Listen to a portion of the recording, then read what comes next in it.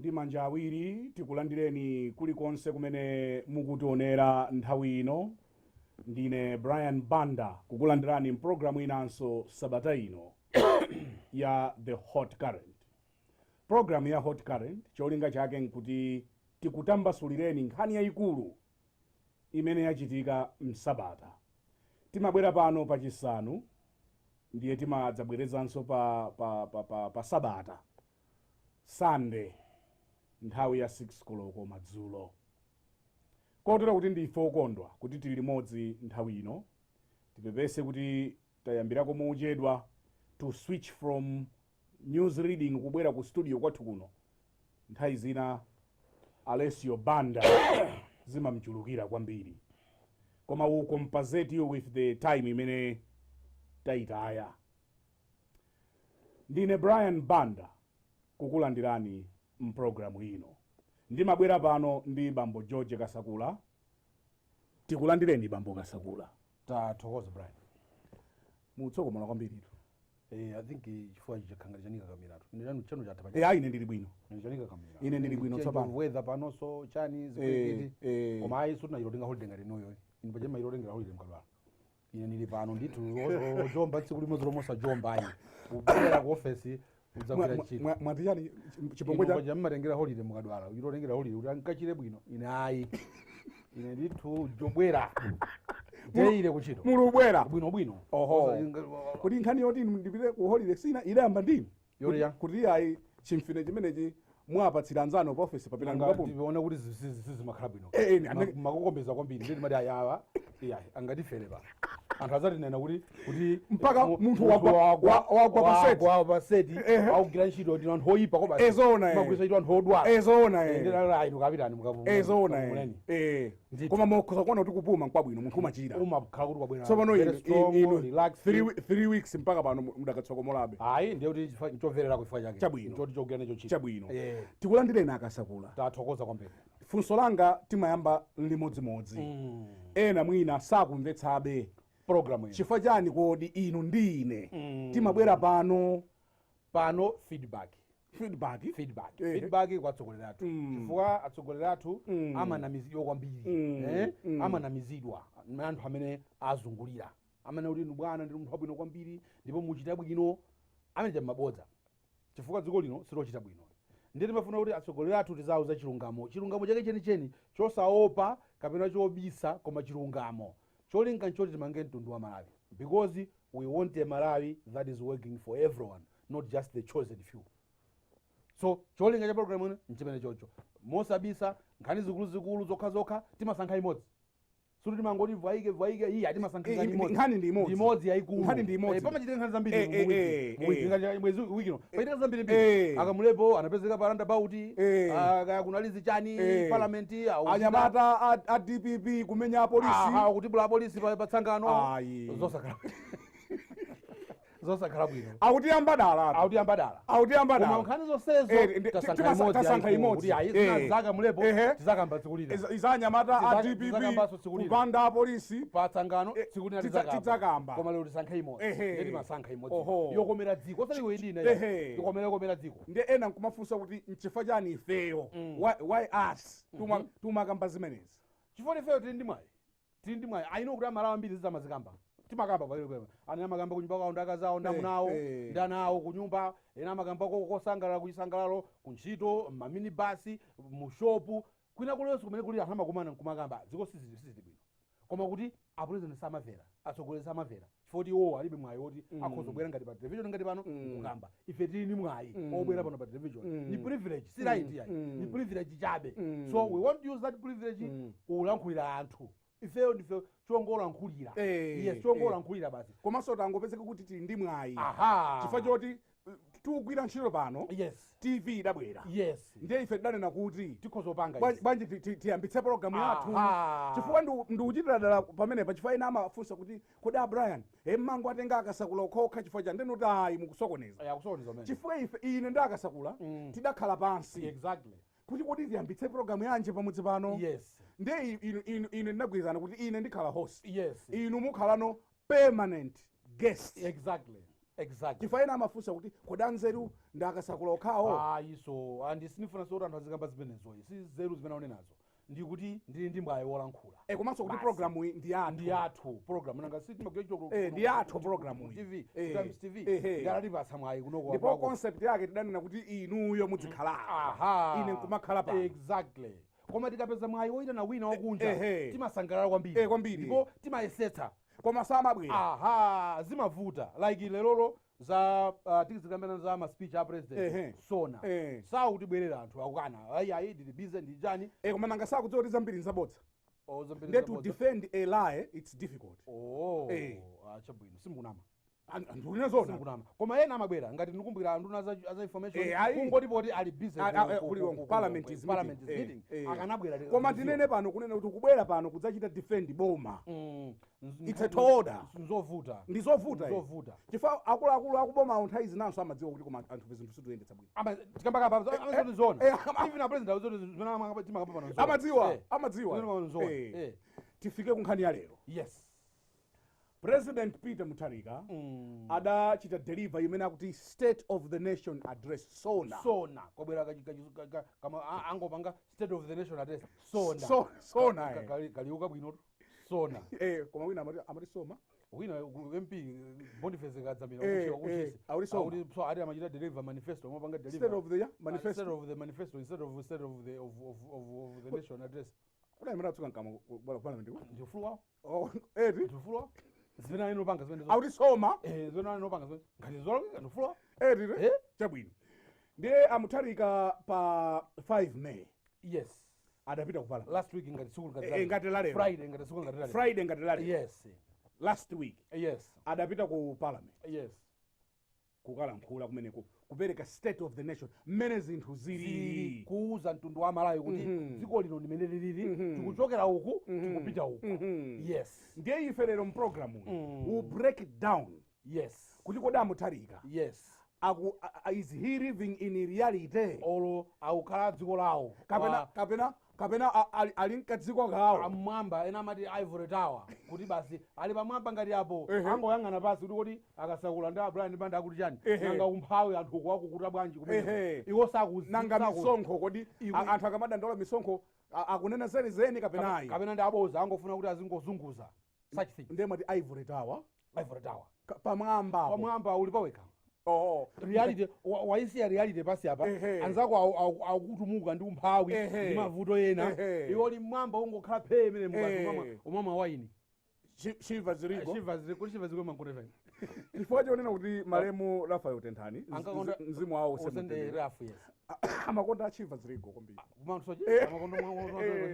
pakona pacha chabwino ndiye nthawi zonse ndikakumbukira zomwe and when we are joking yes amakonda utchulanso chiva ziriko okay chabwino mzimu wawo usemutendere I'm told kuti simunakalawe whisky aina simama whisky inasukene kweni whisky so sinimachita ine pacha sindi mwatu hayi nona ngase ndinabusa pale chabwino abusa ku Pentecost iya tsona mukatire mulako SONA yes nkhani ndi imene SONA yes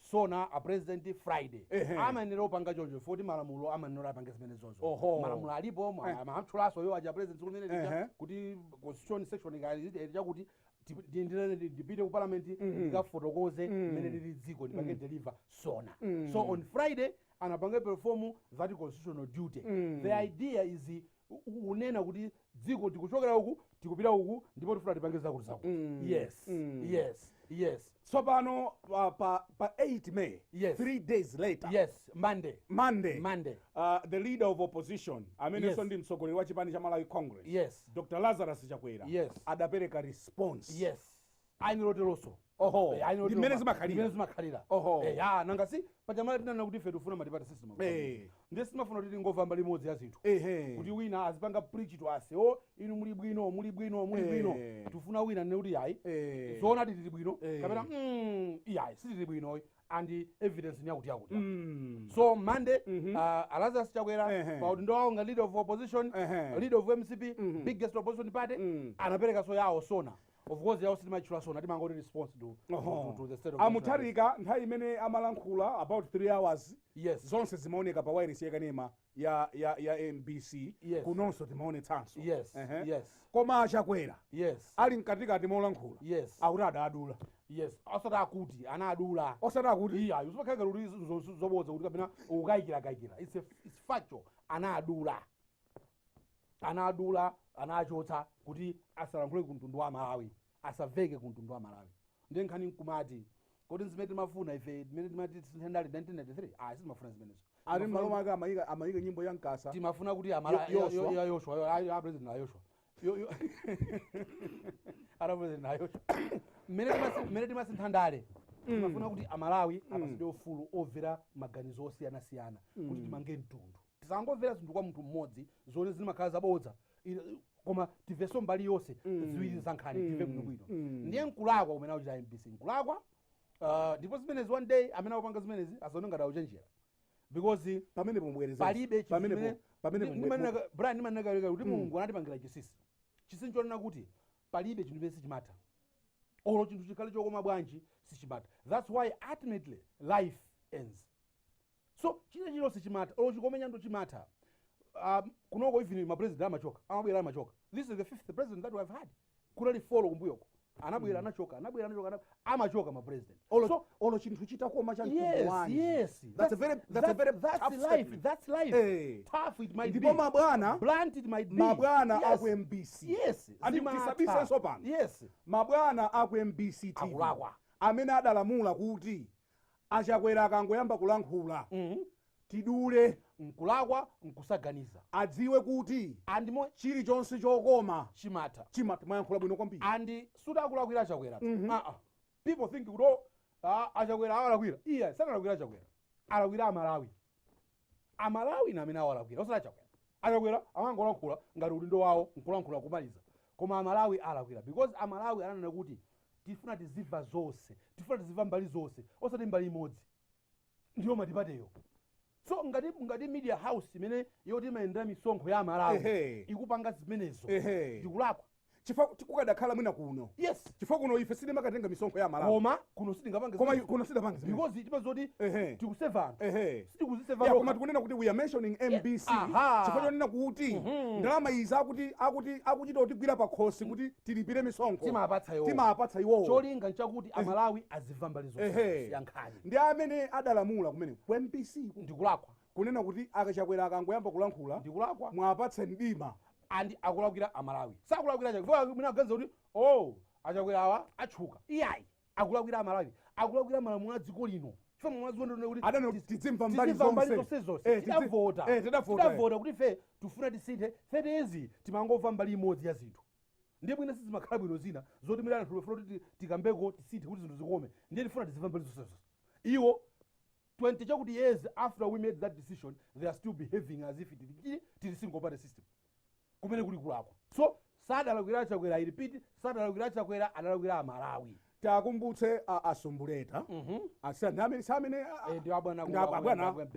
because we don't have to no there's nothing to hide. Yes, there's nothing to hide. Takumbutse asumbuleta kuti akugwira ntchito imeneja yes ndi misonkho ya Malawi malo mwa Malawi ndipo salary yawo nda Malawi ikuchokera kwa Malawi yes nda Malawi Amalawi akupereka ndalama ku MBC yes kunena kuti adzimva zonse exactly ndiye inu mwayankhula mawu apa amene andigwira mtima kwambiri kunena kuti chokoma chilichonse chimatha ndipo uthenga umenewu ultimately upite kwa asumbuleta simple put upresident wa Mutharika udzatha one day suzapitirira kuti uthenga Mutharika azakhala president dziko lino mpaka kale udzatha one day uthenga umenewu upite kwa asumbuleta yes ndi anzawo onse akuluakulu a MBC yes amene amachita zinthu mokondera molakwika and not only MBC pali mabungwe ambiri amene apanga zolakwika kuli MRA kulichani zonse za Malawi waipira mtima Amalawi anzawo kuti azuzike anyozeke asakhaledi chochita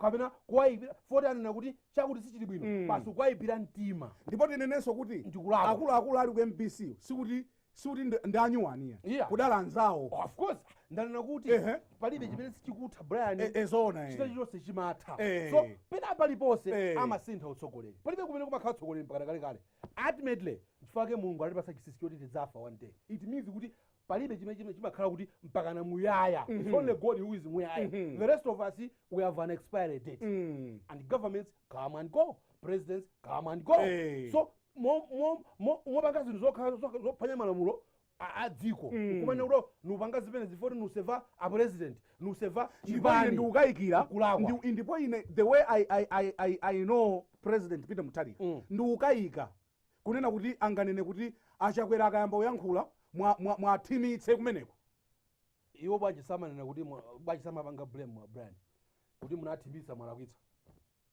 because if I've done something that I shouldn't have done then my boss is going to tell me George, you shouldn't have done that. If he doesn't tell me, then the boss is agreeing with me. Kuti zimene napanga zozoko. So usabagira president Brian. Usabange George. Usabagira president ni boma lawo. Ausangana nazo awukondwa nzimenezi. Akala kaudi is civilized kuti zinthu zenda mwachilunga. Akadamwirana sunguleta. Akadamwirana kuti undichititsa manyazi wewe. Undichititsa manyazi. Mufuna kuti anthu azinenera kuti ine munthu oyipa. Exactly. So at the end of the day zonse zikachitika timakaziya pa kompa president ezona nyansi zonse zikuchitika mzomo la president ndi zanu nyansi zimene zikuchitika ku MBC kuti atsogolera otsutsa boma akamalankhula kumadula kumayika nyimbo zotamanda Mutharika ngati Mutharika sakulankhulapo pa zimenezi ngeti kunena kuti asomboleta ndi anzawo ku MBC akwatuma ndi Mutharika koma ngati zili choncho adziwa kuti MBC akuachita dikampena Mutharika komanso ine ndizibwereza amene akulakwira ndi Malawi akulakwira malamulo a dziko lino akulakwira Malawi I think that's the biggest point kuti Malawi mukwapanga limit angomvera izi ezona sichilungamo ndipo isani constitution ndipo ngakhale tu malamulo a broadcasting ngakhale kumakara kumene inu mukukumbukira makara amene khala kuti kankhira ife nkhani ya hot current kunena kuti ngati mukamba za boma mudzayitana muzibalansa zinthu muzibalansa zinthu Mutharika adalankhula SONA malamulo a parliament akunena kuti leader of opposition ayankhe nde iwo ku MBC ko aulephera bwanji kuchita balance nanga makara ili kuti regular ali kuti exactly sukunama nothing nkulakwa kuyankhula motero sukunama and chilungamo cheniche chimene nacho nanga amakra ali kuti nthawi imene Chakwera anapatsa blackout amakra ali kuti awalembera kalata a MBC kodi tidakakhala ife tikadakhala ife 2 hours ikadatha asadatembere kalata oloimba phone mukadakaonekera kumakra so sichilungamo sizokhala bwino amene tikubwereka ndifa Malawi zona tilowere ku SONA key issues in SONA tisanapite mwina to the specific issues in summary the president painted a picture kuti zinthu zili bwino ziko lino zinthu zili bwino agwira ntchito yokwana boma lawo ndipo zinthu zili bwino economy ayijudula apanga take tough decisions amapanga rato ma figures economy yapanga grow is 2.9% zinthu zili bwino tapanga take decisions zinthu ngati inflation under control ma interest rates autsika zinthu zili bwino zikukoma kutsogoloku zinthu ziyenda bwino good growth komanso manufacturing ikuyenda economy ikula ndipo ana apereka ma figures zimene gazo economy ipanga 5 to 6% ziyenda bwino zinthu koma tidakali mfundo yoyamba yomweyo chithunzithunzi chimene achipereka ku dziko kodi nzoona Kasakula tiyambire pamenepo President Peter Mutharika said the economy has turned corner with 2.7%. Chuma chikuyenda bwino 2.7%. Komanso kunena kuti 5 to 6% zinthu zikhala bwino akunena zoona Mutharika mafigawo akamatchula perhaps aunena zoona komano mafigawo tikaona ndiyo zinthu zili bwino andikuti tibwerere mbuyo iwo SONA ya chaka chinacho agudogondwe alapanga promise ya amakamba kuti 5-6% growth pano tangopeza 2.9 nzabwino zimenezo. Ukaona growth and zimene zoraja kuyasona nenapo. Ukaona growth ya dziko population 3% anthu tikuchulukana. So growth ya 2.9 ndiyo kwana ya dziko lino. At the end of the day you discover kuti zimene akamba president sizoona sichilungamo. Ma problems akadalipo. And zimene akunenazo kuti chuma chikusintha zinthu zikutani iwo omwe akuziwa kuti zimene zikuchitika 40 chaka chinocho tapeza kukachimanga mvula inali bwino. Is he sure kuti dziko lino tizitengera kuti kodi weather ili bwino kapena sili bwino kuti zinthu ziyende? For 2 years zakati kuti zikutivuta mdziko muno chuma chikuvuta simple reason because of kuti vula tinalibe vula yokwana. Yet there are other factors what wakuzipanga control kuti zinthu ziyenda. Are they in charge? Are they in charge? Kuti zingodikira kuti poti cha inovula kwa bwino tapeza chimanga inflation itsika. Basi kana kwa mabanki 40 zinthu zikuyenda Reserve Bank support rate kana kwa mabanki now also akupanga chimozimozi. It's because of food. So there is no control. There is no control. We are governed by the weather. That's the problem with his figures that he's talking about. And the mafika amepanga growth ndio sawana. He's saying manufacturing sector equal. Are they giving it attention? If you go throughout speech yao, he didn't say anything how he's going to help the private sector. How his government, what measures are his government putting in place to make sure that the private sector is thriving? Yet he's saying will grow on account of manufacturing. How are we going to grow on account of who is going to manufacture? If the companies are going to bank, who is going to manufacture? How? If they go to borrow money to bank, machine 40%. In mwagarenga 100 million, mwongeza 40%, mbweza 100 million, mbweza 40% 100 million, ndiye mpake profit. Zote kazi mpanga business ya. So, yes, he gave us these figures, kama ni mafiga, osa tandiza, we have a problem in this country which he didn't acknowledge. Ntimbira pamene. Tichite break, yes. Chifuka muno motentha muno matentha muno. Kunja kuzizira, koma muno mutentha muno. Tipukule chitungwe. Ngati mwangotipeza kumene mukuonera ndi hot current mukumveranso pa wireless ya Times. Ndine Brian Banda tikukambirana pano state of the nation address and the response of the leader of opposition. We'll be back in 60 seconds.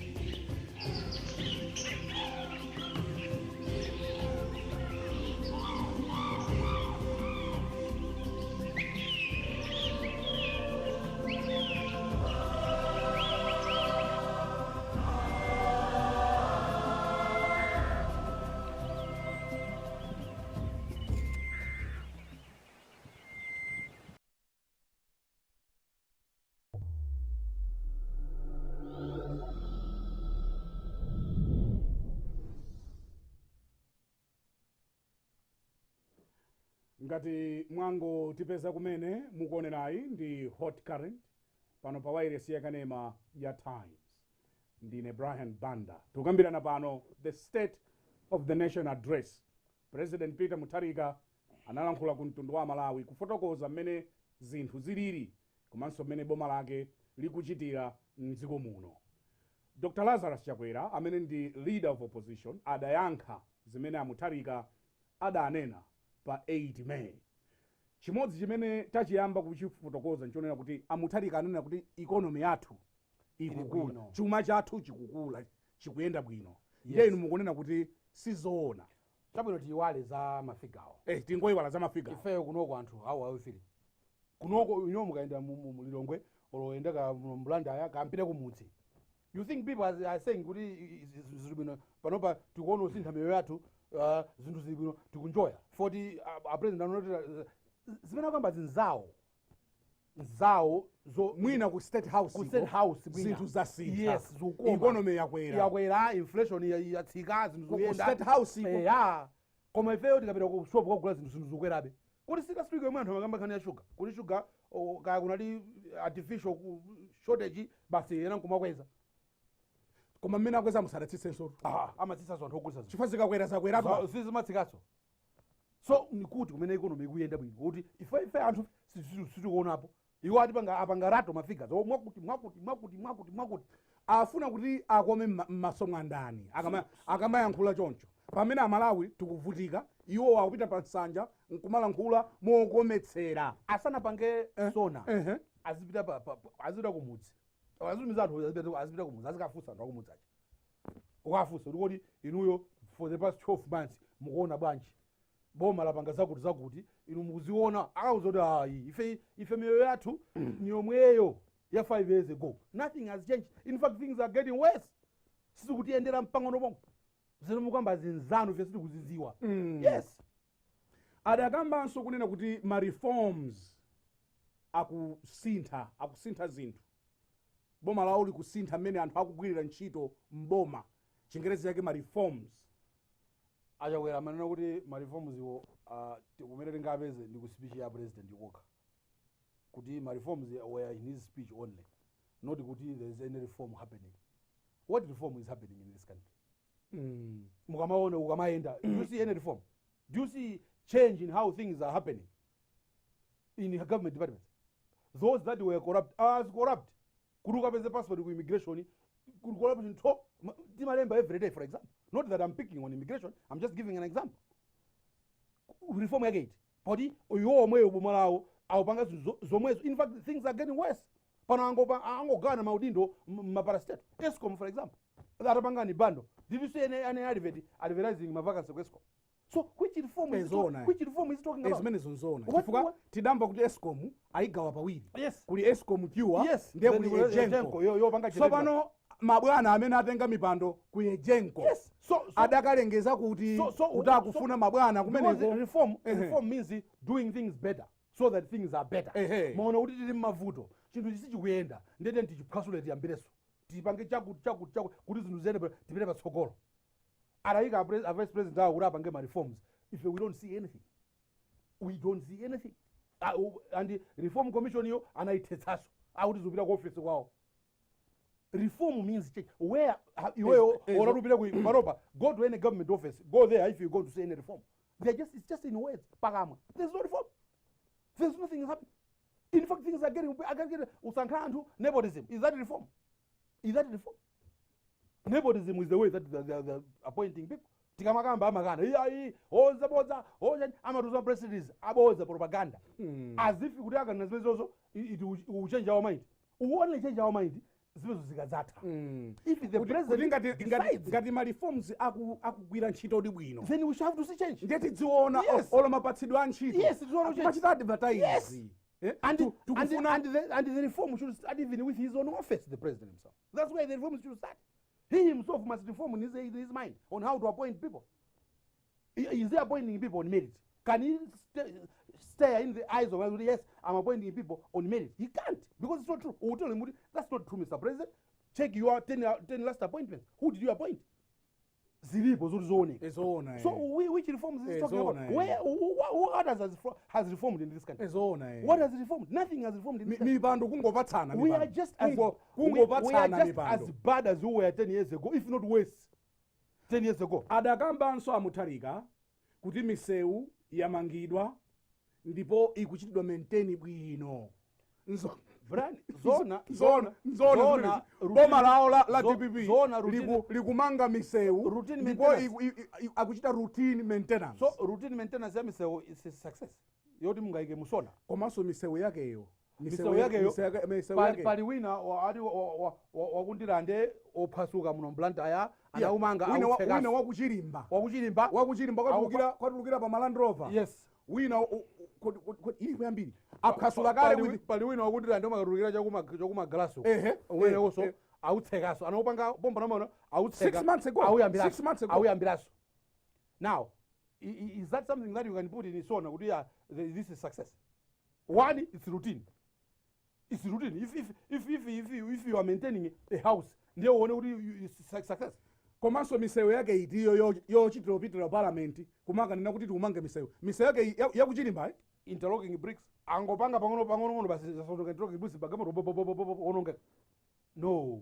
That Komabe when we speak like that siti kunena kuti tikudana nawo Mutharika. Akacheke misewu yo. I mean it's true. Akacheke. They should go and check. Chifukwa misewu imetu kamba these are typical examples. Atsekula 6 months yomwe. Yes. Yatibuka kale yatibuka. And still kapanga muno Blantyre moka. Even kunzuzu.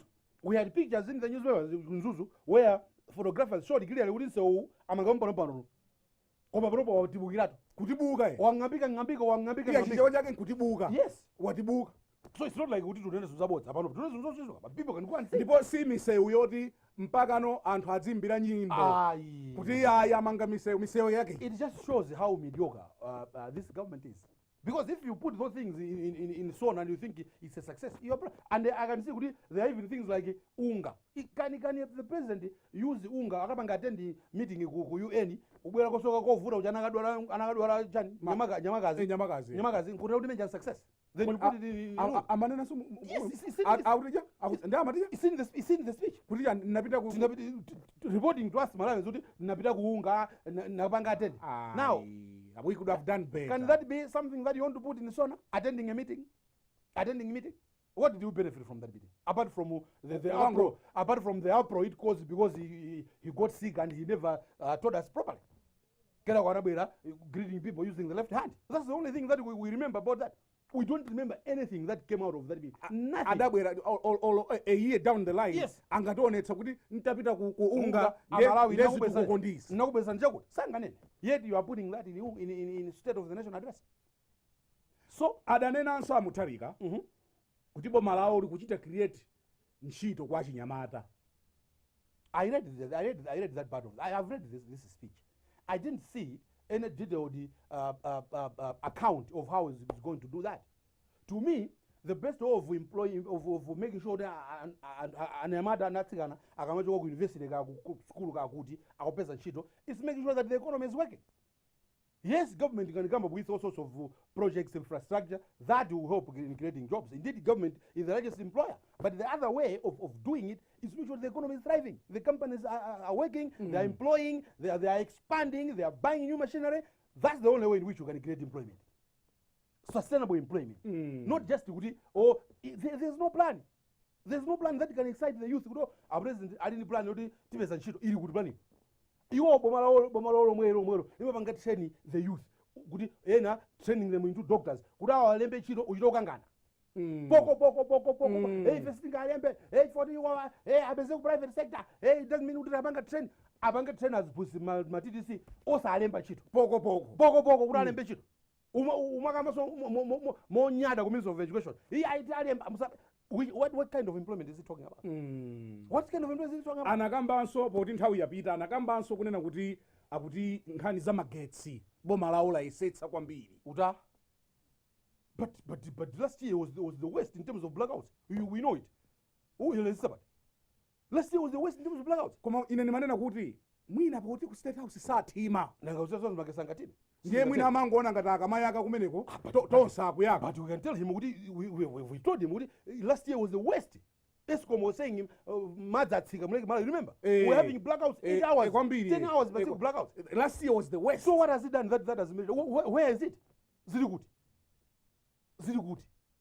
Atanena kuti kapena ndikupanga ndiye mudikire chaka 2 years kapena tumanga kamwamba komanso kwa mwamba kwakuti kuna vuto anthu akangana za malo avuta. Yes.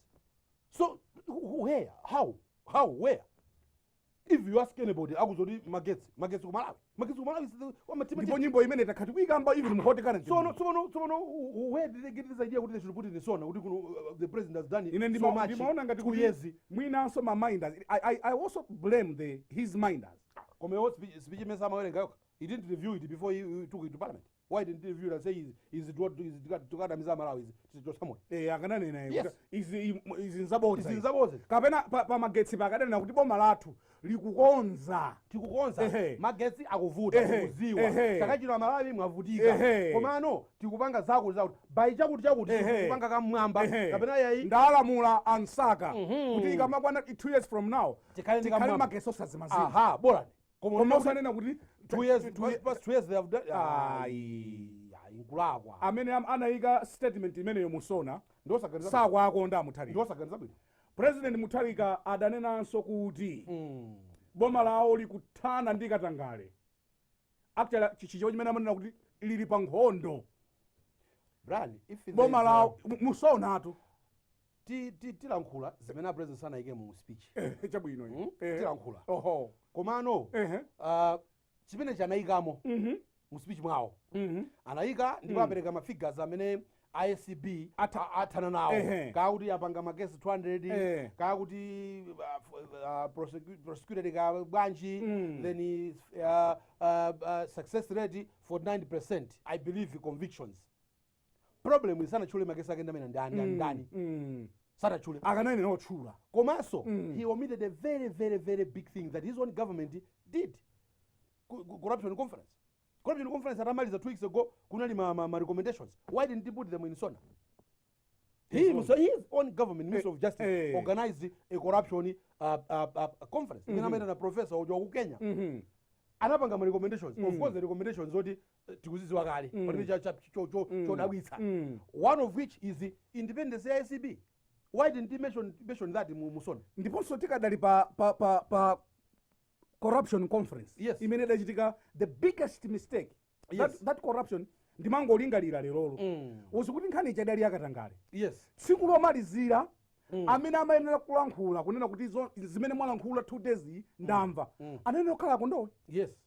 Koma akondowe sada apatse mpata tsiku. Yes. Chifa ntchito yonseyi atembeno akalankhula ndana amene no akagwira ntchitoyo ndakondowe. Yes. Now on the closing day tikanafuna TV kuti maganizo awo notani akondowe anenera kuima pamene way forward ndiyani because implementation ndamva zimene mwalankhula kapena ndikuganiza mola kuika hayi kuganiza ndithu kolongosa kandithu bwino ndithu koma tsono mwini wake ogwira ntchitoyo on concluding day anangonkumbatitsa khale pene pake mapando umangoverera tsono amene agwire msonkhano nsewu it will be fruitless ngati uyuyu sitimpatsa mphamvu. Simply put msonkhano jonali fruitless, useless, zopanda ntchito. That's why the president did not even put it in SONA because he knew kuti zimene zozo nzoti osanga pange. Chifa last day akondowa ananena kuima pamene pacha sanga pange akulu 2 days itakambirana zakuti ine ngati director wa ACB ndamva zimene mwalankhula true ndipo ndigwira ntchito koma kungokhanzika pakona munthu kodi mulankhula nawo amakuti ndaule yeah ngonene koma that's what I saw. Of course that's what I saw. It's true. Simply put, Brian, let's not a bit about this. Simply put, khani ya corruption imene amakamba president Musona alangoyika ungofuna kuti ati pake msuzi pakamwa kuti adziti takhuta talankhulapo za corruption. Suti corruption tangoisa talankhulapo. There is nothing happening on corruption front. There is nothing. There are issues that must be done. The president doesn't want to do them. He's not courageous enough to do them, so he's not going to do them. Basically, there's nothing happening. He's not courageous enough. Kwanitse kupanga zimene zozo. He can't. He has always refused to kupanga zimene zozo. He cannot let the SCB be independent. Because once SCB is independent, everybody, and how many mboma lao azamangidwa? For the pupu mboma lao ndiye ni pwando. So if the moment he says the ACB, parliament, and you remember George, yes, kuti nkhani ya independence ya ACB, yes, idapita ku parliament.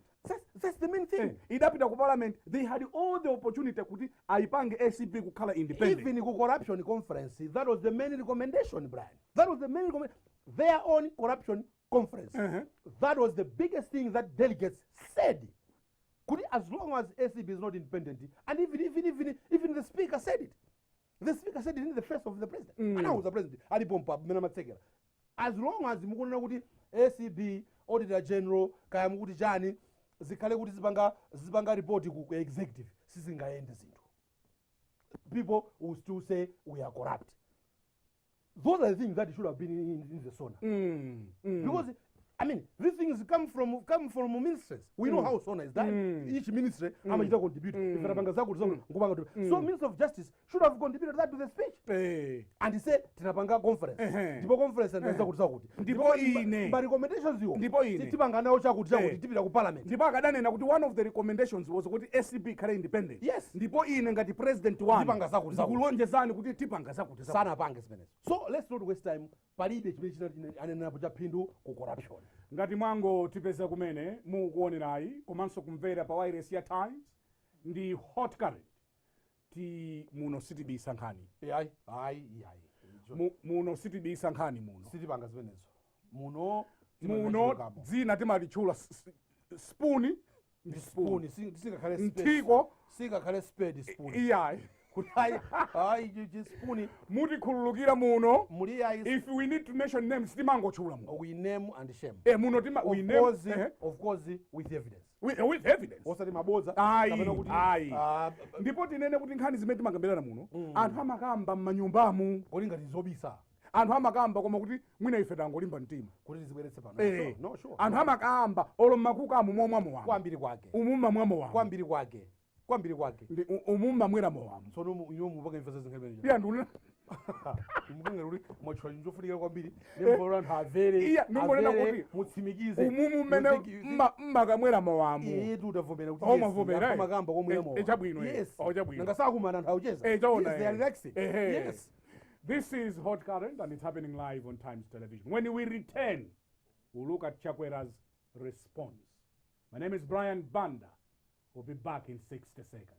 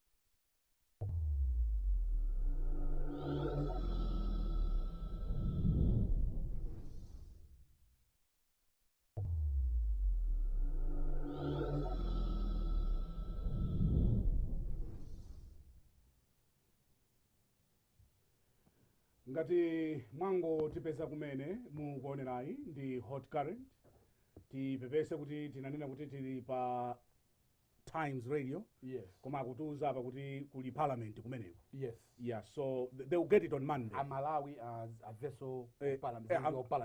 Chabwino nyumba yawo ya malamulo. Anatumiza aphungu kumene kuja aziva kuti kodi zimene zili kumene auti miladi munthu uja. Ezona Times Radio imakhala live. Imakhala live.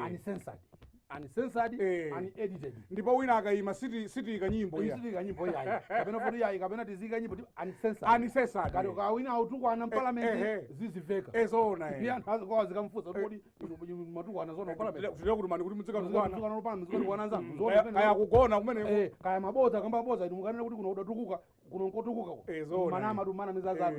Ezona. So it's uncensored and edited. Live on Times. Yes, radio. Yes. Koma pano tili live pa television. Yes. Ndiye Chakwera pa Monday. Adayankha SONA. Yes. Mwamvanji. Chakwera tu uyankha kwawo kuti singayeso kuti titenge nthawi kuti tivutike. Iwo adapereka chitsanzo. Adapereka chitsanzo. Akuti a president. Sipena mina ukambira. Ali ngati munthu amene munthu wapita kuchipatala kwa dora. Dora kukupanga examine. Nkuzi ndi odwala zedi, mtima uli kwakwe, mapapo ali kwawo, mutu muso simuli bwino ndi odwala ndithu. Koma you know what this doctor is doing? Momora kuuze kuti ndi odwala kupase mankhwala. Akuti yaya pitani kunyumba muli bwino ino. Chibongo pitani kunyumba muli bwino ino. Momora kupase mankhwala oyenerera. Kaya mankhwala uni otani, kaya funika kupanga operate, kaya funika apange zipenezo mwa ntchito yake kuti ochire. Akuti kapita kunyumba uli bwino, yokholo kuti ndi bwino. Akuti a president bina uchitira.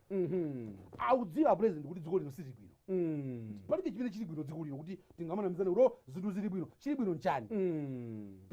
Poti anthu umfunsa munthu kuti eti weyo dziko lino bwino chuma choyenda bwino. Akuti chuma chanyani chotani? Choyenda bwino kuti. Akuti iwo akuti zili bwino. Cholinga njoti ife tikava tizivura zinthu zili bwino pamene zinthu sizili bwino. So that's how Dr. Chakwera responded to the speech of the president. Ma reforms amene akunena president iwo ziyamenene pano sisi kuti ma reforms tikozwa peza speech momoka kunja ku ma reforms kulibe. There are not reforms kunja. Nobody is feeling the reforms. Where are the reforms? Kuti napanga reform just ndachani. Ndi anapereka chitsanzo cha munthu odwala amene wapita ku chipatala. Yes. Ndiye nkukanena kuti malomota ampatse mankhwala. Dora wampanga examine. Akudziwa dora kuti munthu uyu dziko ladwala debilitating disease yopsa ija kuti umupha munthu. Iwe nkomamu zoti yayo uli bwino. Pa za reform anati bwanja Chakwera. Takuza kale kuti amene kuti ma reforms awapezeka mspeech mwa president. Ife sitikwaona. Kwina kulikonse kulibe reform. In fact things are getting worse. The example that I gave ya Eskom anaichula. The example anaichula. Even MPC umene onena anaichula. MPC you are using ngati cha propaganda kuti muzitenga mafumu azinyoza anthu osala kwa Malawi. Ezona Kodi munthu kudzudzula boma nkulakwa kunena kuti zikulakwa nkulakwa. Ndiye akutengere fumu izika kunyoza pa television, national television, public broadcaster. Nchilunga. So he talked about that. Kuti zimene panga the president is condoning such things. Kuti Amalawi yena azikanga ndi oipa, azinyozedwa. Yet their crime in court is simply to say zinthu kuti ziyende bwino pangani chakuti noti zimene mupangazi sikhalira bwino tonse mukuti panga affect dziko lino tonse tili ngati boti boti lino tili motose ndi amene muli kutsogolono mukapanga zolakwa koma poti ndife amene tili kutsogolo tuyende saboti ife osatiganizira mukulakwa fuwa boti lino likamira timira tonse. Yes. Zilipo zina zimene a Mutharika amayenera kunena koma sadanene zambirimbiri Brian. Things that President Mutharika missed in SONA. Kuti tizichule zambirimbiri zimene zili dear to the hearts of Malawians. Kuti tizichule dziwa likhozolowa.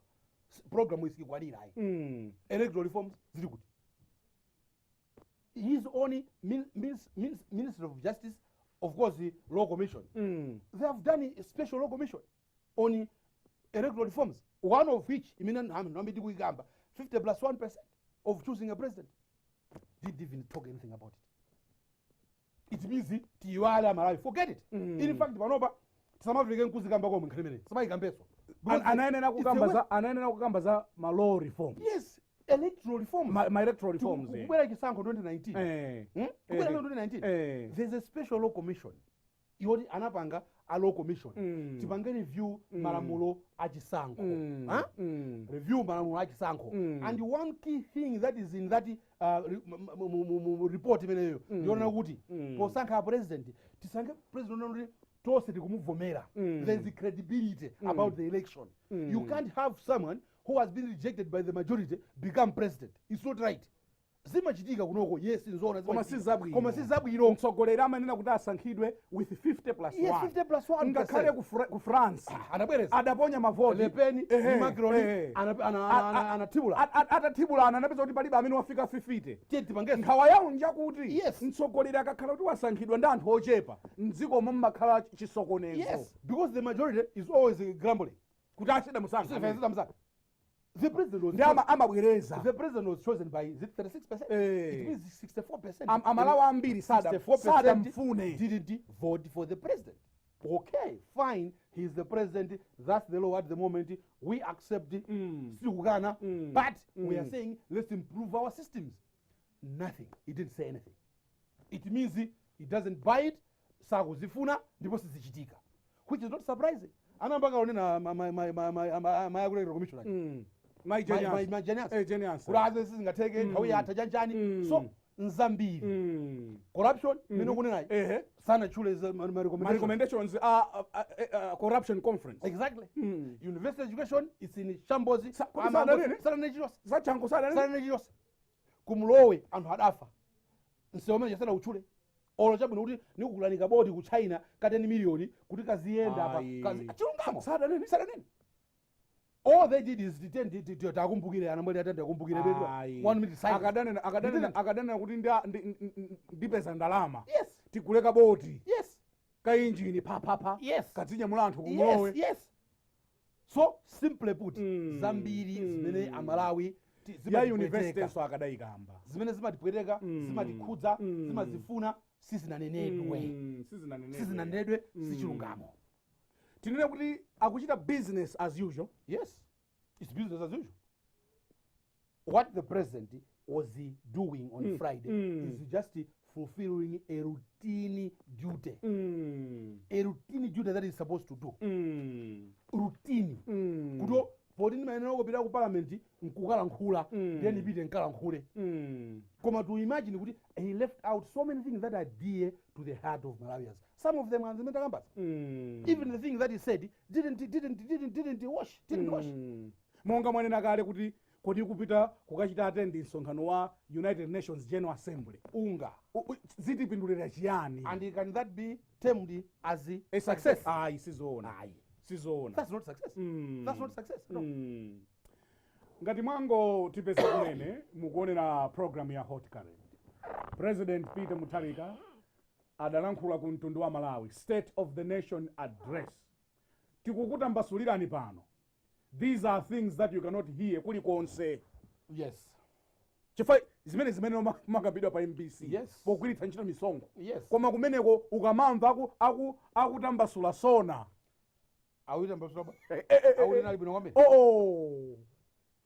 What President Mutharika missed, simungazimva, you can't hear it.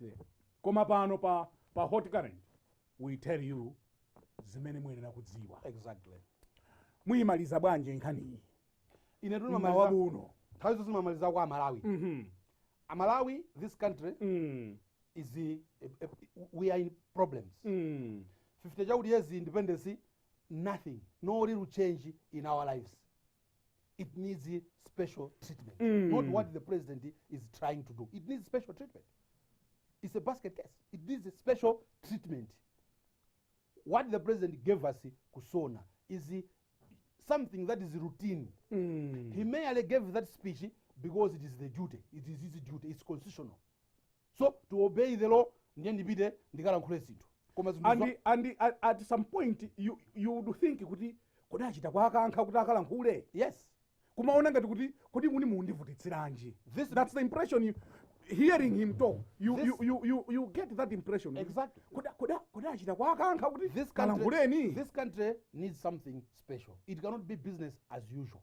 it needs a shaker. It is a shaker. Monga timanenera. Yes. Who can shake things? What we heard on Friday was merely somebody trying to fulfill a constitutional obligation. And I try my section here. In line with the section, Sondi muntu amene he's being forced by the constitution. Kukalankhula. Otherwise, what he spoke was mere routine. Mere routine. Zosathandiza. Sisingatengere dziko lopita patsogolo tisanamizane papa. It can't take this country kuna kulikose. Sisingateke. After that speech, the president, his ministers, ndandani have gone back to their old ways of doing things. The normal ways. Kaguli corruption, kaguli selective justice, kaguli chani, kaguli nepotism. They have gone back to that. So for us, it's business as usual. Nde mwakambapo kuti the DPP administration will go back. Yes. The usual way. After that speech, which was not inspiring, they will go back. It was not inspiring. They have gone back to their usual way. You are saying it was not inspiring? Brand. Nanga amena kumabwera pa MPC every day. Brand. Amena kumabwera pa MPC every day kumapolisha species. Unga mwatengana mwazizana ndege mwatenga allowance mukaja ku New York mukashopa ku Manhattan ukanene kuti mene success ku Burlington. Yes, ukanene mene success bajopita nosomapita kunga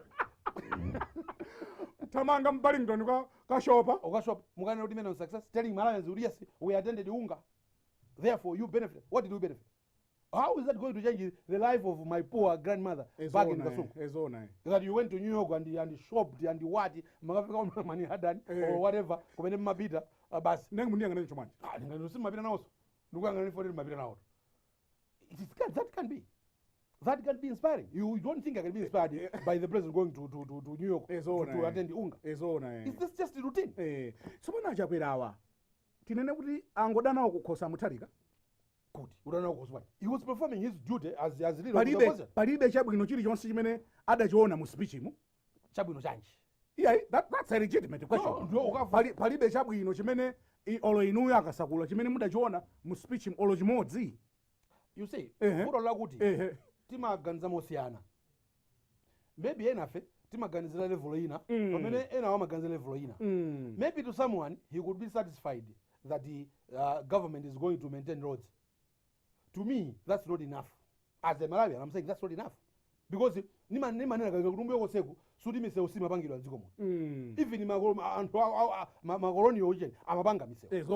they were not as wide as we have now, because we have developed Now, should I go and praise the government for using my taxi and even donor money? No. To me, what matters is that this country needs real change to make a difference in the life of a family. The family should feel that's why the challenges. Sort out rural economy. Sort out mavuto antu. Make sure their income is improving. They are feeling kuti oya tumawatu drama zikubweramo zikugwamo and zina zinu zikuyenda. They are able to send ana ku school. They are able to do development. That's little development. So that's the key. Any government should do that. Should put in place policies. Should have a plan to change things. It's simple. It's very simple. So if someone is satisfied because the president is talking about routine things, and that's a success, I'm not. And I'm not just the only one. I know many Malawians are backing me. Well, how can it help you attend meeting or or whatever? How does that help you? In fact, it doesn't even help you. It makes you poor because they take me so. Have we not talked about how huge their entourage is? Don't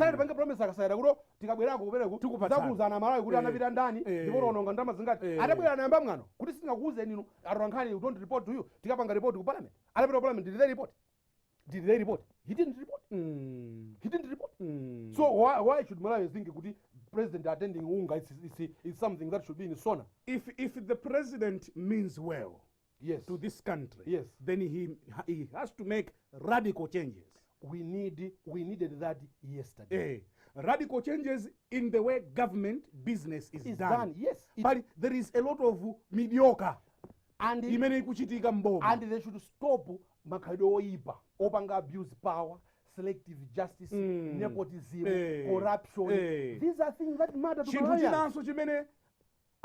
ngati akutimva kubomako yes ndichonena kuti khalidwe limene likuchitika ku MBC kumanyoza atsogoleri kumachita zinthu zambali imodzi zimenezo zachikale timafuna tine kuti zachikale komanso ngati MBC if MBC thinks kuti they are doing Mutharika a favor kuti akome they are not akwayipitsa Mutharika and the message imene tikuapatsa Mutharika ndiyonena kuti what is happening at MBC if you think kuti anyamataja akuchitirani bwino they are decampaigning you sir yes manema maliza bwino basi kumaliza kuna all right akuti tizipita ro atithamangisa ndana kuti alemba kuti tizipita atithamangisa oh yeah kuma tinayamba mochedwa ndiye pano tikhozonyamuka chabwino malizani ndamaliza kale Brian iya imumalize basi ndikunena kuti sindikupita patali ndikunena kuti ngati yena akunena kuti speech ya president is uninspiring they are not ambitious for this country some of us are ambitious some of us would want kuti ana athu kazukulu zathu zizapeza dziko labwino than the one that we have lived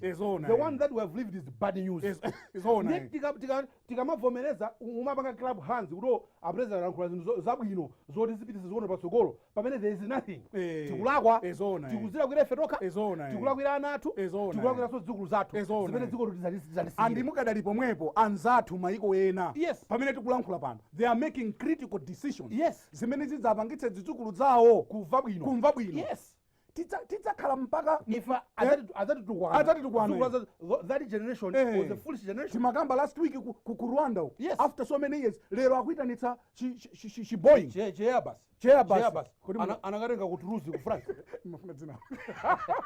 kutuluzi kumene kuli anakatenga kutuluzi apangira ndege ma Airbus kutuluzi anakatenga anzathu they are demanding more from their leaders we must demand adzatiseka mtsogolo muno munali kuti pamene Zambia amapita patsogolo let's be ambitious munali kuti pamene anzanu ku Tanzania amapita tsogolo zidzukulu zathu zidzatiseka Malawi let's be ambitious let's demand more from our leaders let's not tolerate mediocrity savomeleze kuti fora president alankhula manja wawa pamene president alankhula zopanda ntchito ayi ukana zimenezo titsikana because it's not like we have anything against him but we want something better for our country tikavomereza zinthu zopanda pake zidzatichita follow mtsogolo exactly zidzukulu zathu zanena kuti dati mudali kuti pamene anzathu amatukuka taona nife tusaukabe tufuna tizilebe kunja ukapeza ntchito pamene dziko lathu linawo tinabadwira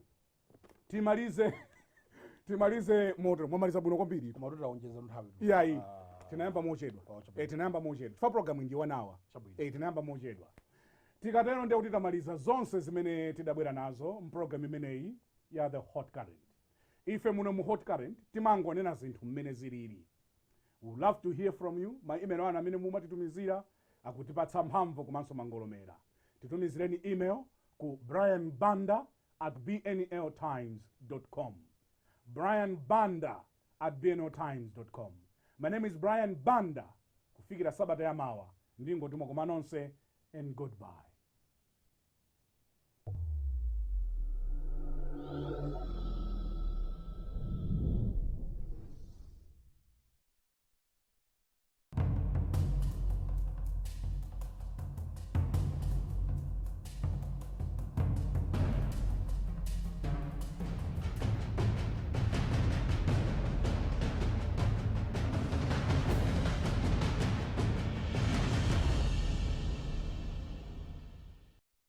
The great taste of blueberry.